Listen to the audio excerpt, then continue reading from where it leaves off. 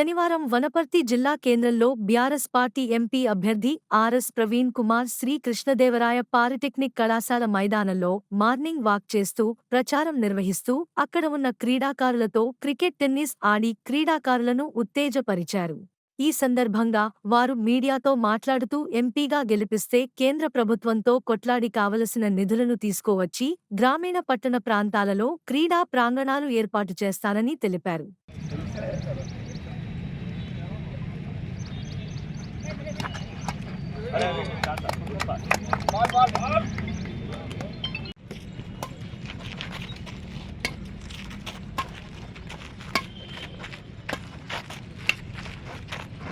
ఈరోజు మా అందరి దినచర్యలో భాగంగా మరి ఎంతో పేరు ప్రఖ్యాతులున్న దాదాపు 150 సంవత్సరాల చరిత్ర ఉన్న శ్రీ కృష్ణదేవరాయ పాలిటెక్నిక్ కాలేజ్ గ్రౌండ్లో వాక్ చేయడం జరిగింది. చాలా అంటే చాలా బాగున్నది. మా అందరి అలవాట్లు ఇవి. ఇంకా చాలామంది కూడా వస్తే ఈ గ్రౌండ్స్కి బాగుంటుంది. అయితే గ్రామీణ ప్రాంతాల్లో మరి క్రీడలకు ఎలాంటి సదుపాయాలు లేక, తర్వాత పట్టణ ప్రాంతాల్లో కూడా అరకొర వసతులున్న ఈ పరిస్థితుల్లో రాబోయే రోజుల్లో తప్పకుండా కేంద్ర ప్రభుత్వంతో కొట్లాడి కేంద్ర ప్రభుత్వంలో ఉండే వనరులన్నీ కూడా తీసుకొచ్చి మన నాగర్ కర్నూలు పార్లమెంటు ప్రాంతంలో ఉండే ఏ పట్టణంలోనైనా ఏ మండల కేంద్రంలోనైనా కూడా ఇంత చక్కగా గ్రౌండ్స్ ఉండేటట్టుగా ప్రయత్నం తప్పకుండా చేస్తాను. ఈ వనపర్తి గ్రౌండ్తో నాకు చాలా అటాచ్మెంట్ ఉన్నది. నేను చాలాసార్లు ఇక్కడ వాకింగ్కి వచ్చాను. చాలామంది మిత్రులను కూడా కలవడం జరిగింది. ఈరోజు ఇక్కడ కూడా మరి మా మిత్రులందరూ కూడా చాలామంది ఈ గ్రౌండ్లో వాక్ చేశాము.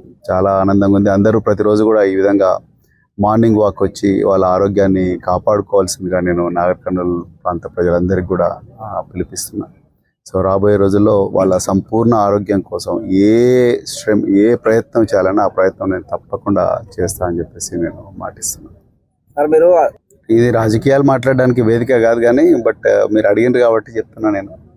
నేను ఒక పార్టీ అధికారంలో ఉన్నదా లేకపోతే అధికారంలో లేదా, ఓడిపోయిందా లేకపోతే గెలిచిందా, లేకపోతే 20 మంది 30 మంది ఎమ్మెల్యేలు ఉన్నారా లేకపోతే లేరా అనేది నేను చూడ.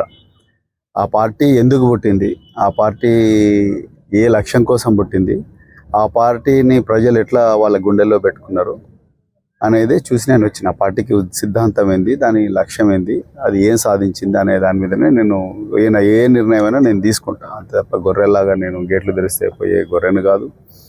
సో ఆ విధంగా చేయాలని కూడా నేను అనుకోవడం లేదు. నేను ఇప్పుడున్న ప్రస్తుతమైన పార్టీ స్పష్టమైన విధానంతో, స్పష్టమైన లక్ష్యంతో ఈరోజు తెలంగాణ ప్రజలందరినీ కూడా చైతన్యవంతం చేసి, ఇదొక పార్టీ కాదు, ఇదొక ఉద్యమం. ఈరోజు ఉంటుంది, రేపు ఉంటుంది, ఎల్లుండి ఉంటుంది. ఉద్యమంలో లక్షలాది మంది కోట్లాది మంది మమేకమవుతారు. అది గెలుపోవటంలోకి అతీతంగా జరుగుతుంది ఉద్యమం అనేది కేవలం ఎన్నికలు అనేది ఒక మజిలీ మాత్రమే, అంతే తప్ప అదర్వైజ్ జనాల గుండెల్లో నిరంతరం కూడా నిల్చుండే పార్టీలు ఏవైతున్నాయో వాటిలోకే నేను పోతా తప్ప దీనిలోకి రాను. అంటే అట్లా ఏదో అధికారంలో ఇవ్వాలన్నారు 10 అబద్ధాలు చెప్పి అధికారం రావడం చాలా ఈజీ, కానీ ప్రజల గుండెల్లో ఒక స్థానం పదిలంగా ఉంచుకోవడం చాలా చాలా కష్టం. సో అందుకొరకే నేను అలాంటి ప్రజల గుండెల్లో ఉండే పార్టీలోకి రావాలనుకున్నాను.